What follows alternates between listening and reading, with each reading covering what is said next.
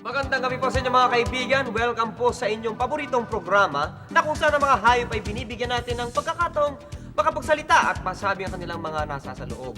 Ang hayop man ay tao rin. Ito po ang inyong lingkod na mahilig sa kahayupan, si Tarzan de la Forest. Ngayong gabi, dahil Year of the Horse, ang ating panauhin ay isang kabayo. Tawagin po natin si Ricardo Cavallo.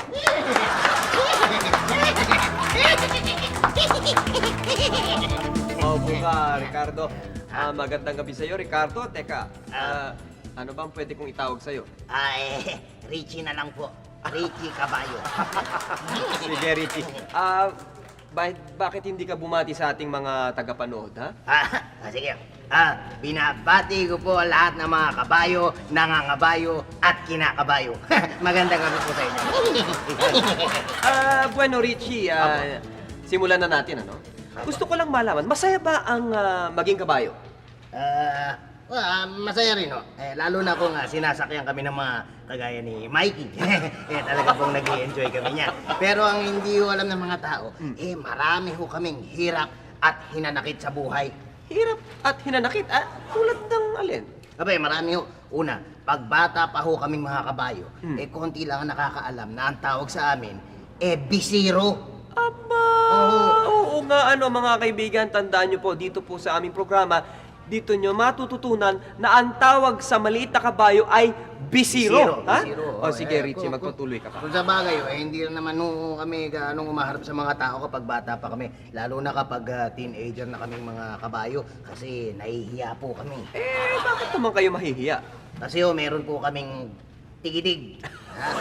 Pero, yes nyo ha? Kabayo, tigidig, makes sense. Ano naman yung mga hinanakit ninyo? Well, isa pong hinanakit namin, lagi kaming pinagbibintangang mga adik daw kami. Mga adik? Oo. Bakit kayo pinagbibintang ang adik? Lagi raw ho kasi kaming nagdadamo eh. Sa katunayan, meron pa silang ginawang kasabihan eh. Yung aanhin pa ang damo kung patay na ang kabayo. Di ba? Di ba? Di ba? Di ba? Di ba? Oo nga naman, ano. Tapos pagkatapos, kung ano-ano pa yung mga bagay na tinutulad sa amin, kagaya nung plantsahan. Yan, ang tawag nila dyan kabayo. Pag pangit ang isang tao, sinasabi nila, mukhang kabayo raw.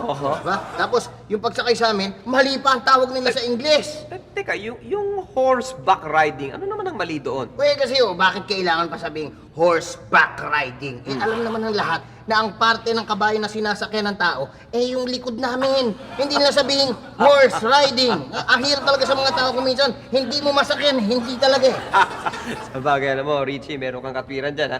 Teka, matanong ko lang, bakit kayo mga kabayo, madalas na may takip sa mata, lalo na kapag ginagamit kayo ng tao? Kasi nahihiya po kami. Nahihiya na naman kayo, bakit naman? Kasi kaming mga lalaking kabayo, kapag jumijingle, alam niyo na, Richie, wag mo na ituloy at baka mademanda pa ta. Alam ko. Pero alam nyo, ang isang may pagmamalaki ko tungkol sa aming mga kabayo, ito. Kami po, masyadong reliyoso. Aba kayo mga kabayo, religyoso. Paano naman nasabi yun? Malapit kami sa mga santo tsaka mga santa. Kagaya niya sina San Lazaro, Santa Ana. Madalas ako may makikita dyan. Tama ka naman doon. Teka, matanong ko lang. Ikaw ba, Richie, nakatapos ka ng pag-aaral? Nag-aaral pa ako ngayon eh. Ang totoo medyo mababa ang grades ko. Laro kasi ako ng laro sa school, kaya lagi ako nakakasuhan ng horse playing. Pero wag ko kayo mag-alala dahil gagraduate na ako ng high school ngayong March. Gagraduate ka ba? Akalain mo, magkakalit ka na pala. Ano naman ang karerang kukunin mo? Ano ba, edi? Karera ng kabayo! Okay, bueno Richie, kami dito sa programa nagpapasalamat at pinagbigyan mo kami, ano? Apo. I'm sure maraming mga natutunan ng ating mga tagapanood tungkol sa inyong mga kabayo. Ha? Salamat din sa inyo. Siya nga pala, hindi ko na makalimutan. Gusto ko lang ibalita sa inyo na kinukuha akong artista sa TV. Gagawa raw ako ng isang TV show, yung horror daw eh. TV show na horror? Opo. Ano naman ang title ng show na yon? Ang title po Kakaba-Kabayo. Sige. Nako, Richie, wala na tayong oras. magpapaalam na tayo at Sige, magmamadali ako dahil alam mo, yung kotse ko, sira eh. Ha? Oo, kaya maraming salamat uli, Richie Caballo, ha? Maraming salamat. Oo. Teka, sandali. Sira ang kotse nyo. Oo. Ba, ihatid ko na kayo pa uwi. Bakit? May kotse ka ba? Eh, wala ho. Sasakay ko na lang kayo sa likod ko. Aba, okay. Sige, ito po ang inyong lingkod na si Tarzan de la Forest nagsasabing, Hi-ho, Silver, away, Richie!